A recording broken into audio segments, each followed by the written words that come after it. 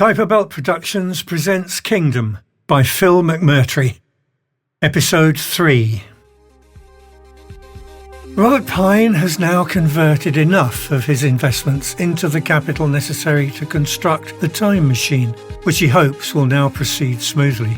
However, he is about to discover that Dr. Scott has hit a problem that requires a very complex and costly solution. Dan, how are you? How's the time machine coming along? I knew you'd cut to the chase.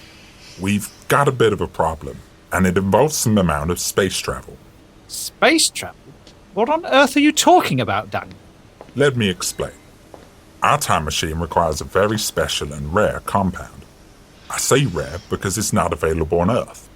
It's a special hydrocarbon, and it simply can't be synthesized on Earth, as the process would be both time-consuming and ridiculously costly.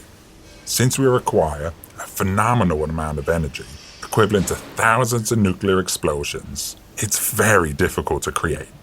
Moreover, it will cost hundreds of billions of pounds, way outside your budget. What are you proposing? I've carried out a spectroscopy analysis of the solar system, and this element is only available in one area. It's called the Kuiper Belt. Where? What? Did you say belt? Precisely. So, this belt then, where is it located in our solar system? Some area of the moon? Venus? Mars? Sorry, I'm not too clued up on astronomy. If only we were so lucky. Unfortunately, it's a lot further than any of those planets you just mentioned. It's between 30 and 50 astronomical units away from the Sun. Or to put it in units of measurement, roughly 6 billion kilometres away. Is this some kind of wind-up? Because I really have lots to do today, you know. Sorry, no wind-up. I'm dead serious. With a conventional spaceship, it would take approximately just under 6 years of travelling at 120,000 kilometres an hour. What? Well, how is that going to work then? Well, it's only a concept, but the spaceship would have to be built with something called an IMT and TTTC. IMT is a bit like teleportation, and it stands for Instant Matter Transportation. TTTC is the cleverer bit. It's a time machine but can only go forward in time or back to when it was first started. It stands for Temporary Time Travel Concept. Combining the two technologies, it would take approximately 2 years to return to the Kuiper Belt. The spaceship can return to Earth instantaneously once its mission in the Kuiper Belt has been completed. I've calculated it to take 19.376 milliseconds. Genius or what? All very clever stuff, Daniel, but 2 years is a real disappointment. That's the best you're gonna get. Take it or leave it. We can't build your time machine without this special element. Okay, but how much would it take, Dan? What's the damage? With a team of 30,000 scientists, engineers, designers, and architects, it would take 15 years to complete the spaceship at a cost of $300 billion. This would involve building 7 physical prototype ships as well as 1 design intent ship. The spaceship would have to be constructed within the inner space, 900 kilometers above the Earth's surface. Its construction is modular, and hundreds of mini rockets would have to be launched from Earth into space to deploy all of its materials. Its outer shell dimensions are 200 meters length by 100 meters diameter, which gives it a mass of over 600 tons, thereby making it too heavy to launch from Earth. Hence the necessity to build it in space. This is much too long and too costly. Build it in 6 years and slash the time and materials costs right down to 1.7 billion dallions. No physical prototypes will be built. Implement thousands of virtual simulations instead. Utilise only 8% of your original 30,000 workforces. Can you deliver, Dan? If my calculations are strictly correct, it'll certainly be a challenge, Rob. But you always drive a high bargain. And, quite annoyingly, you are correct most of the times. Yes, thanks, Dan. By the year 3020, the revolutionary new spaceship has been completed, on time and within budget. It is christened Discovery 3020 and has had to be constructed in orbit far above Earth's surface, in full view of the eyes of the whole world. From the ground, it has been dubbed Earth's second moon, and many popular songs and column inches have been penned, speculating upon its mission. Robert Pine and Dr. Scott are meeting on launch day. Well, Dan, when we said that the spaceship will be ready in 6 years, I didn't think we'd launch her exactly 6 years to the exact date to when we first kicked off the project. You're truly a perfectionist. One does try to achieve one's objectives. I can't lie. I do like a challenge, and this has been the most challenging project that I've ever worked on. I would like to do several more tests before launching her, but we've done enough computer simulations to do this trip several times over. Fingers crossed. At least only our small shuttles have to break through our atmosphere to reach the mothership. Thank God that it's already docked in space. How far away is it from the ground? Approximately 900 kilometers from sea level.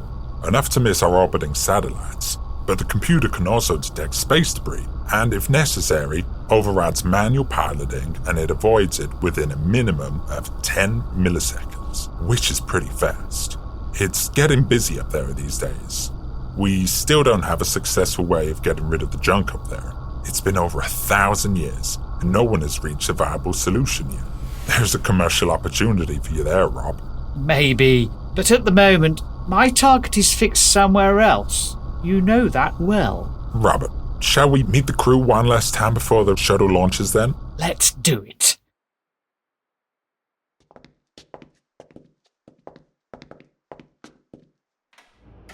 Hey, team! John? Jason? Robert, glad you could make it for the launch. Wouldn't have missed it for the world. No chance. I guess it's a big day for all of us, as we'll be travelling in space for 2 years from now. Yep, when the time machine gets developed, we'll effectively wind back those 2 years again, as stated within our contracts, right? Well, there's no guarantees that the time machine will work. But if Dan's calculations are correct, then yes, you'll make up that time. There is a huge risk on all of us, really, but mine is more financial than time. I guess time will tell. We're all very wealthy men, thanks to Rob, but we're all going to miss our families. 50 million pennons isn't a bad paycheck at all. Glad to help there, at least. I wish you all the very best of luck. We will be in constant contact, on standby to put it bluntly. You're navigating uncharted space. You're the pioneers, really. Those are the exact words we're looking forward to at this difficult yet also exciting time. I couldn't have said it any better myself, John. Good luck, team. 13 feet, 8 feet, 2 minutes of countdown. T-minus 10, 9, 8, 7, 6, 5, 4, 3, 2, 1, 0, and liftoff.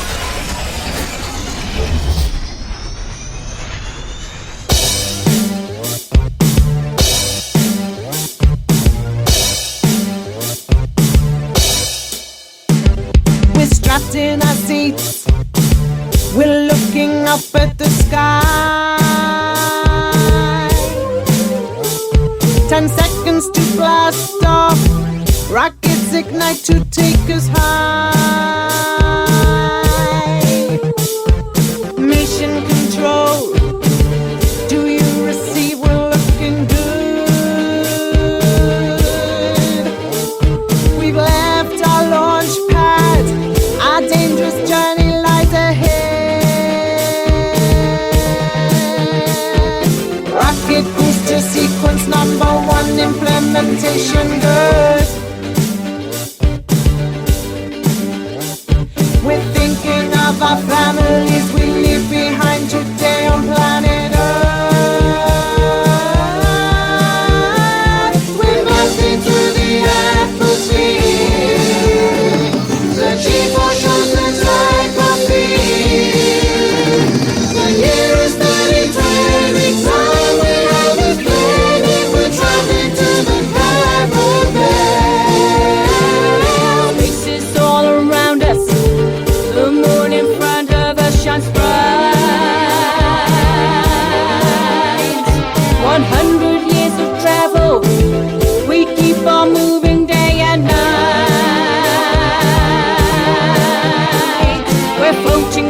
our ship. Ship's music playing in our ears. We'll make some repairs, so we'll improve our time by years. Suddenly the ship is shaking, crew are thrown everywhere. The damage report is not good, we'll have to improvise our way from here. The wormhole ahead was broad. We dare to venture in the unknown. The ship will surely break up time to maybe make up for traveling through the Kuiper Belt. Seems that time has ceased and we're standing still. 10 million miles per hour is showing on our screen. The light is blinding us, it's insanity. We have no concept now of what's reality. We don't know where we are, expectations run high. The crew change black and white, asteroids fly by. Is this the final frontier? Have we reached our goal? Is this our destination? Have we left the wormhole? The ship has held together through the wormhole weather. We're traveling through the Kuiper Belt. The ship has held together through the wormhole weather. We're traveling through the Kuiper Belt.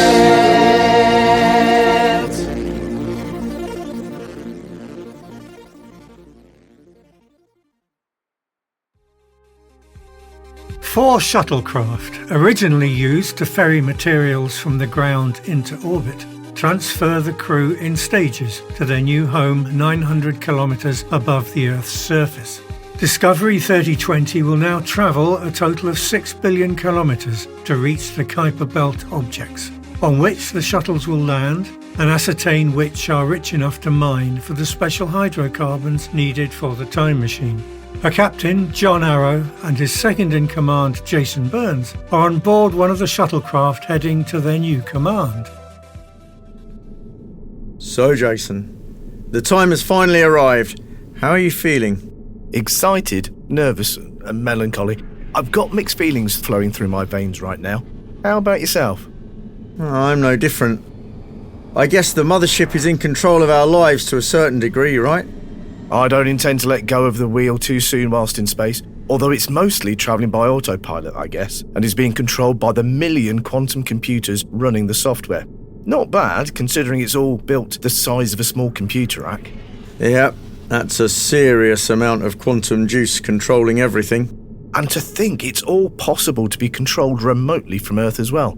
All outstanding technology, really, and only with a 2 nanosecond delay for every 1 billion kilometres that we travel. Yep. There she is, Jason. Our ship, Discovery 3020, a namesake of the space shuttles from the 20th century. Let's get on board now that the shuttle has docked with her. So, what's on the agenda next, John? What time is it? 10 o'clock. We'll let the crew settle in for a few hours. Maybe we'll hold a 20-minute speech at 1400 post-lunch and depart towards Kuiper Belt at 1500. What do you think? Sounds good to me, John. I'll await your meeting to be scheduled and then settle into my quarters. Until then, Jason, enjoy. I'll try. As the last of the crew transfer from their shuttle to Discovery 3020, the mood is high. Husband and wife Max and Sarah Stone were early arrivals and are relaxing in one of the bars on board, aptly christened Club Infinity. You know, I'm such a lucky man. I've been married to you for 15 marvellous years. Do you still think we've made the right decision, heading off to the Kuiper Belt? Of course, darling. We always make the right decisions. This is possibly the biggest decision of our lives, but should we think it's the wrong decision, we can always apply to get teleported back to Earth. It depends on the approval, but we've always got that option, haven't we? Yes, we do. Although, we should try and stick it out to the end, really. Well, I know I'd never forgive myself if I quit. Yeah, me too. There's a lot on our plate for the next 2 years. Unless, of course, we do get a wee bit of a shortcut through that wormhole and cut it by 6 months. I don't exactly remember what they said about that. It's something mind-blowing like those sort of figures. Yeah, I think the wormhole creates a rotational projection which over the course of a few nanometers connects trillions of kilometres together. Kind of like a secret shortcut. But isn't it just all theories? Still uncharted waters, right? Correct. I guess we'll just have to find out, won't we? By then we should all have completed all 3 levels of the training in mining KBOs, space travel as well as piloting our shuttles. KBO? Kuiper Belt objects. The asteroids in the Kuiper Belt region that we're supposed to be landing our shuttles on to mine this special hydrocarbon. Oh, that's right. I remember now. What time is the captain's seminar? It's 1400 hours, I believe. Oh, plenty of time then. You want another mocktail? It's all free after all. Go on then. We got hours left. Then we better get settled in our cabins. Yeah. In anticipation of their imminent launch towards the Kuiper Belt, Captain Arrow summons all 300 of Discovery's crew to the main theatre for a final briefing. Ladies and gentlemen, welcome aboard Discovery 3020, the number representing our year of travel.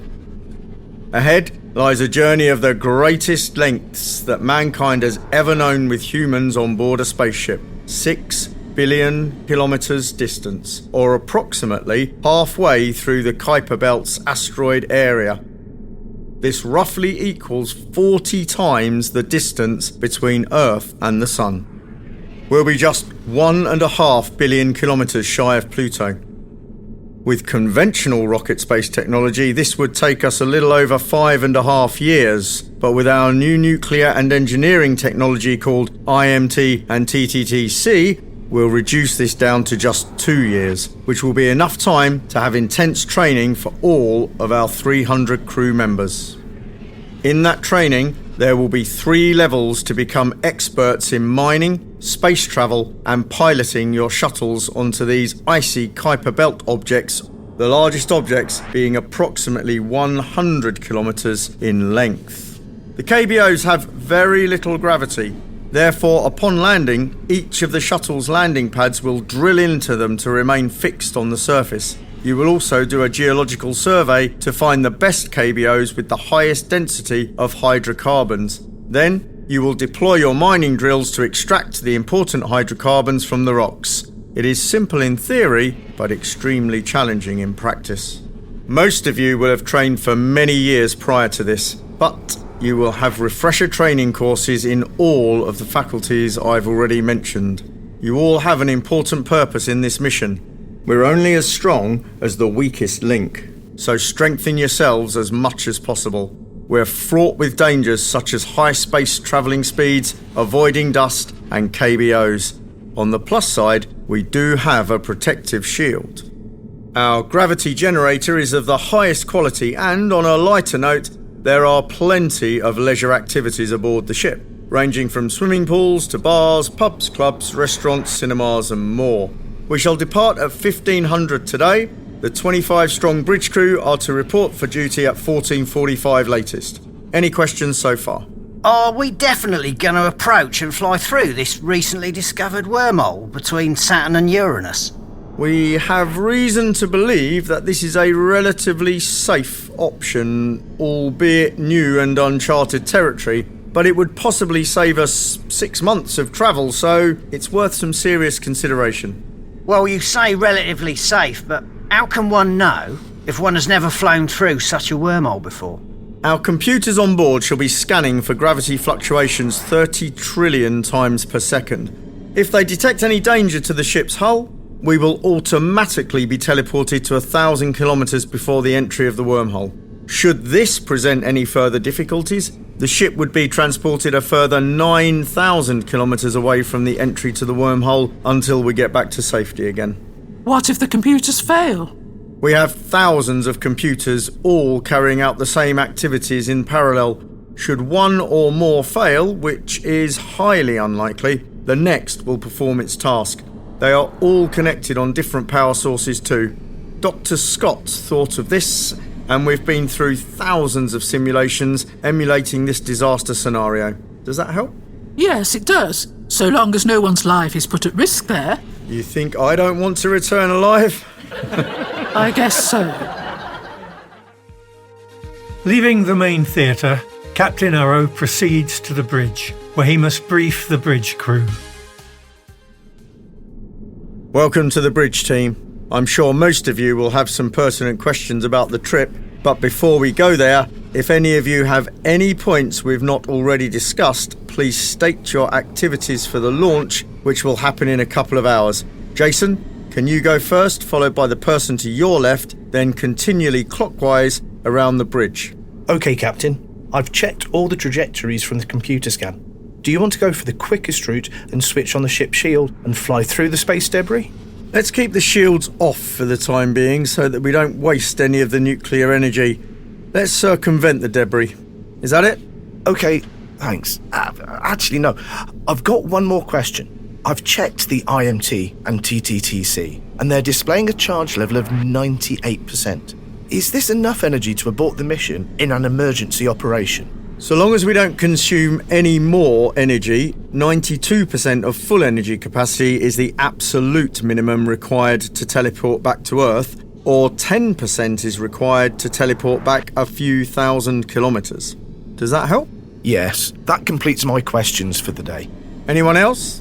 Captain, sorry to mention about the wormhole again, but I see some scepticism in the ranks about going through it. People are stating that perhaps our computers are powerful, but what if the computers on board just can't understand what's happening? We end up lost in some kind of transition that we can't leave. Max, we must not lose more than 10% of our crew for us to mine the KBOs for those hydrocarbons. But if people want to abandon the ship before going through the wormhole, then they must apply for this exemption through the proper channels and they will be teleported back to Earth. But they will only get 15% of their bonus if they do bail. The choice is theirs. Now, 99% are up for travelling through it. I will keep a close eye on the matter, though. That's 100% clear now. Thanks, Captain. Anything else? Right then. Everyone at their stations. See you in 15 minutes. We're to leave at 1500. And so, at 1500 hours on the 28th of March 3020, with the crew at their stations on the bridge. Jason, fire up the engines and advise when they're fully charged. 90, 95, 100% fully charged up, Captain. Max, initiate the engines in 5, 4, 3, 2, 1, now. Engines initiated.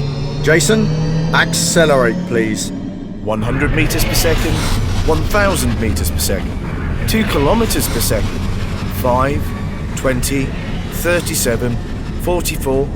Captain, we're at maximum normal engine capacity. We are now travelling at 33 kilometres per second, or 120,000 kilometres per hour. Do you want me to initiate the IMT?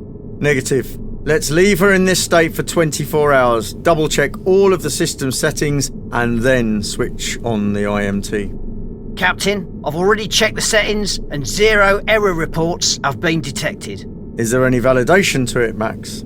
I've checked the IMT 7 times, tested her 7 times, and I've found 0 errors. Impressive, Max. In that case, there's no time like the present. Everyone ready? Totally ready, Captain. Dear crew, we are about to switch on the IMT much earlier than we had originally expected. Please note that you will feel a surge in acceleration of 7 Gs, so everyone to be fully strapped in to their station seats within the next 2 minutes. Failure to do so is at your own risk. Many thanks. Max, please initiate the IMT. IMT initiated, Captain. Jason, please keep me informed of the ship's speed. 35 kilometres per second, 40, 50 kilometres per second. We're at full speed. Captain, permission to initiate the shields urgently, they're not on. Affirmative. Shields initiated. Well done, Max.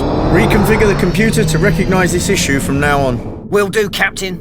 We're good to initiate the 3TC. Do you give permission? Assuming you've done the same checks as previously? The same checks, Captain. In that case, affirmative. 3TC initiated, Captain. Jason, speed. 55 kilometres per second, 60, 90, 95 kilometres per second. We're at full speed, Captain. Well done, everyone. Isn't it nice that all the engine noise has completely disappeared as well? Yes, Captain.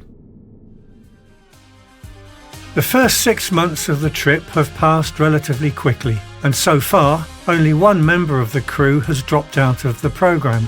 They were transported back to Earth through the technological process called instant matter teleportation. Unfortunately, this is a one-way process, and so there is no opportunity to change one's mind. And at a table in the Club Infinity Bar, Carl Norton and Wendy Smith are sharing a coffee.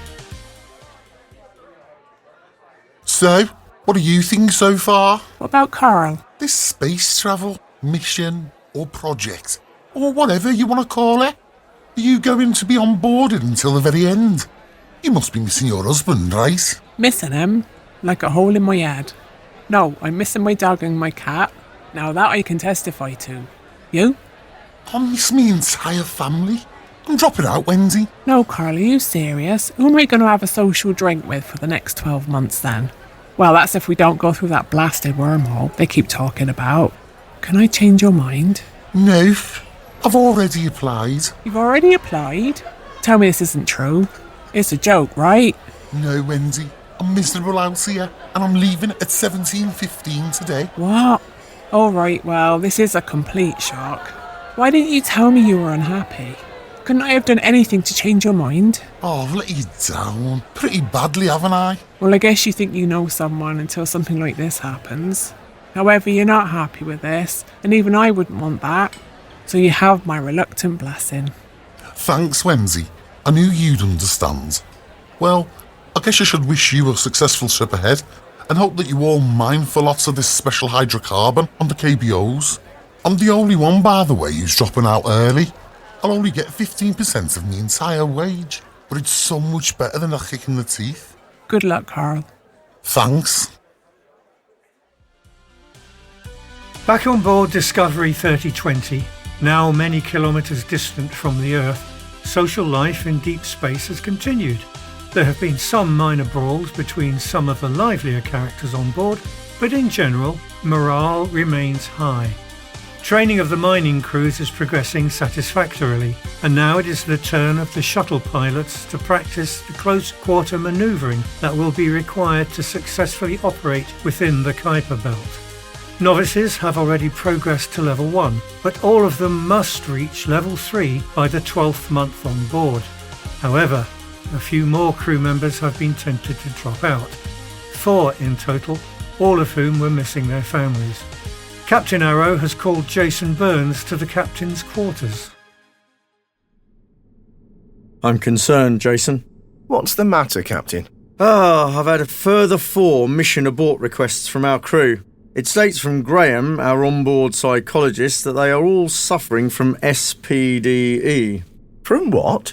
Space Psychological Disturbance and Effects. It's a combination of where people get an anxiety from permanently being enclosed in a confined area, in this case the spaceship, with the addition of a constant threat of feeling close to death. For example, if the ship's hull were to be compromised, we'd explode, followed by artificial air conditioning systems missing Earth and their families. So, in layman's terms, claustrophobia, anxiety, and paranoid attacks, no fresh air, and homesickness. Right? Yep, something like that. Well, I guess I can actually relate and understand a lot of that. We all miss our families, but this mission is not going to go on forever. It's just a few months, and if we didn't have this IMT and 3TC technology, it would have been several more years. However, at the end of the day, it's all down to character and where those people's strengths lie. Yes, true. But that means we are only 16 people away from aborting this entire KB mission, and I'm concerned that we're starting to follow a trend now. 16 people? Why 16?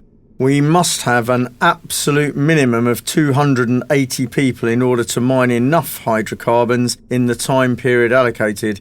We are, after all, under contract with Karma Space Enterprises, aren't we? There's no point worrying about it, and what we've got to do is to motivate the rest of the 295 crew members to stay. And I know just the man to do that. Oh yes? Who? You, Captain, you. Who better than to come from the leader of this ship? They need a mentor, a guide, a leader. You reckon? Yep. Look, over half the crew have passed their level 2 training the first time around. The remainder the second time around. Only Max Stone has failed twice. He's now been summoned to the board where his wrists will be slapped. He's either got to pass the exam third time, or be teleported back to Earth, or become an administrator on board our vessel. The crews are 2/3 way through their training. There's only level 3 to complete now. Plus, we're approaching the wormhole rather quickly. This could knock off 6 months off our journey. You've got to motivate them into believing that they are close to success, that they can almost taste it. You're right. I'll call the crew to the main theatre today. We can't waste any more time.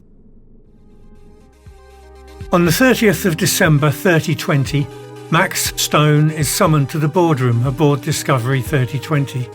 Max has failed his Level 2 exam for the second time, and Sam Malloy, the head of training, is about to lead a meeting which explains the options available to Max.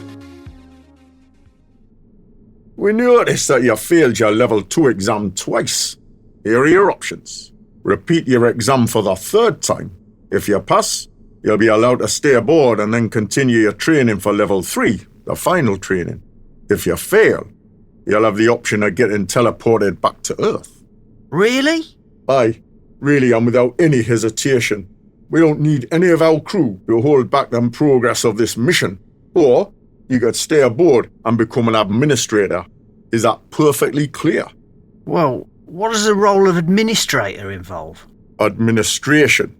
That can involve everything from paperwork to cleaning the lavatories. It depends on the timetable, really. Are we clear? Oh, I guess so. What does that mean? Well, it means yes. Good. Your re-examination shall be in a week. Please study hard for it and don't let us and yourself down. What did they say in the boardroom? Well, they've given me some options. What sort of options? Don't worry, it'll be fine. I don't understand. They've said I've got to pass me Level 2 for the third time, or else I'll become an administrator, or I'll be teleported back to Earth. Oh, Max! That's terrible news. Well, you'd better pull your socks up and pass this exam. Don't let us down. Have you studied well in the last week since the board saw you? Yes, I have. I feel much more prepared now. Good. Now knock 'em dead, and don't repeat this ever again. You know you are as good as the rest. You've just got to believe in yourself. I believe in you, Max. You're such a sweetie. I do love you. I love you too. Let me know how it goes, won't you? I will, darling. 1 week later, Max has retaken his Level 2 exam. How did you do? Well, not as well as I'd hoped for. Oh, what does that mean? You're worrying me. I only mean 98%. I got a distinction. Oh, Max, you're an absolute terror. You had me worried. That's brilliant. I know, and I know. By now, Discovery 3020 has passed the orbital plane of Saturn and is fast approaching the wormhole. And no one on board has the slightest idea of what to expect or what the outcome might be. So, how far away is this wormhole then? According to the UDSAS, it's an empty area, although we have no proof whether it's a wormhole. It's only theoretical. So, what does that acronym stand for then? It's basically a deep space scanner, Max. The UDS stands for Ultra Deep Space. Oh, right. And the AS bit? Oh, God, you are a pain. Analysis scan. It's a space scanner. Let's just leave it at that, okay? You know I'm always interested in picking up new bits of info. It's in my nature to be inquisitive. Yes, indeed. Like I said, you're a flipping pain. Back to my original question then, which you still haven't answered. How far away is it from us? Only a stone's throw away in relative terms to our speed. Only 55 million kilometres, or approximately 160 hours away. 7 days away, Max. We've all got to cast our vote to the ballot, electronically of course, and if 78% of the crew votes in favour, we're going through it. What day is it today? Well, relative to Earth, it's Tuesday, although that's a little bit irrelevant out here in space. We must all cast our vote by Saturday, and if it succeeds, we're going through it on Sunday. And how do you feel about it? Because of our computer's safety mechanisms, I'm comfortable with it, like the captain stated in his speech all those months ago. We're not going through it as guinea pigs in a laboratory. It's more like an exciting new exploration. It's a very calculated risk, really. I don't like it, but, well, what do I know? Let's see what happens with the vote on Saturday, shall we?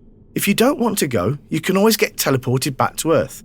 But, on the positive side, it will take 6 months off our journey time, in which case we'll be at our destination. Nah, I'm going to brave it out. Good lad.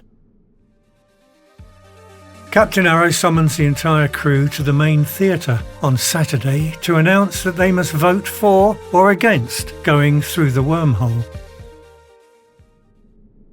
Team, we have travelled for a whopping period of 46 weeks and have covered 2.6 billion kilometres since leaving Earth. During this time we've all learnt about mining, space travel and flying our shuttles. We are not the same people today as we were a year ago. We have become better. We now have a chance to make ourselves proud by slashing the time frame of this mission down to just a few more days by flying this mothership through the wormhole tomorrow, if, of course, it does exist. On our UDSAS, it's showing up as an empty spot, so the assumption is that the scanner can't detect it fully. No one knows. Tomorrow, we will decelerate our ship speed from 95 kilometres per second to a slight fraction of our normal speed, only 10 small kilometres per hour. We shall approach it at that speed from exactly 10 kilometres away to get a feel for what is about to happen to the ship. So it will take us an hour to approach the mouth of the entity. Then we shall increase our speed, but not to its full capacity. Today, I ask you all to cast your vote to the ballot, either in favour or not, as to whether we should fly through the wormhole tomorrow on the 17th of February 2021. The majority must be 78% or greater for ground control on Earth to give us an approval to act upon this. If everything goes to plan, we should be smack bang in the middle of the Kuiper Belt, a miracle right before our eyes. If we experience massive gravity force fields and the ship's hull or crew find ourselves being compromised, our IMT shall teleport us back to where we were when we approached the wormhole, that is, 10 kilometres away from the mouth again. We will then try it with a different approach until we get it right. If you all vote no to enter the wormhole, then we shall bypass it and carry on to the Kuiper Belt as per our plan B. It's all up to you now to decide. Please cast your vote before midnight and we'll all know the results by the morning, first thing. Rest assured, whatever you do decide, I shall honour and respect your decision, regardless of whether it goes for or against my belief of what we should do. That's all, folks. Many thanks for all your time. The crew are in the main theatre again to hear the result of the vote. Ladies and gentlemen, I am pleased to announce the results of your vote. 96% of the vote are in favour of flying our ship into the wormhole. The remaining 4% have voted not to fly our ship into the wormhole. Could those who voted no please state electronically what your intentions are now?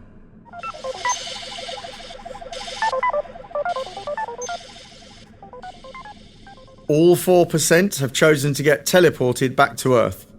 Your intention shall therefore be honoured. Please pack your belongings, say your goodbyes to your crew members, and kindly go to the IMT teleportation room. Many thanks for your contributions. We are sorry to see you all go, but your minds are made up. Good luck to all of us. On the 18th of February 3021, the spaceship Discovery 3020 is about to enter a wormhole at a speed of 95 kilometres a second. It is something that no human has ever experienced before. Captain John Arrow is giving instructions and receiving feedback from his crew. Jason Burns is second in command.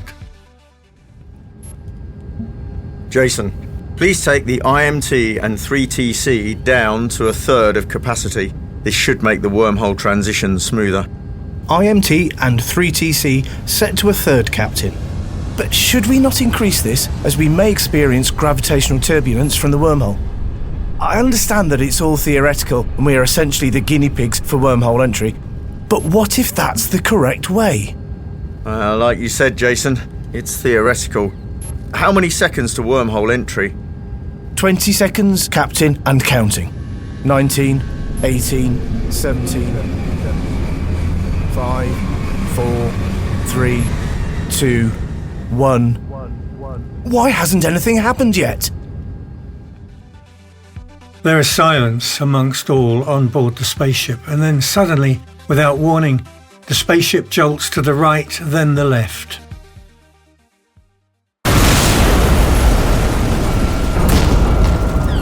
What on earth was that? Could it be the gravitational turbulence? Perhaps. Take the IMT and 3TC to a higher setting like you said. Are you sure? Jason, do it now! Time, light, space and sound appear to stand still. Black and white colours beam around the spaceship.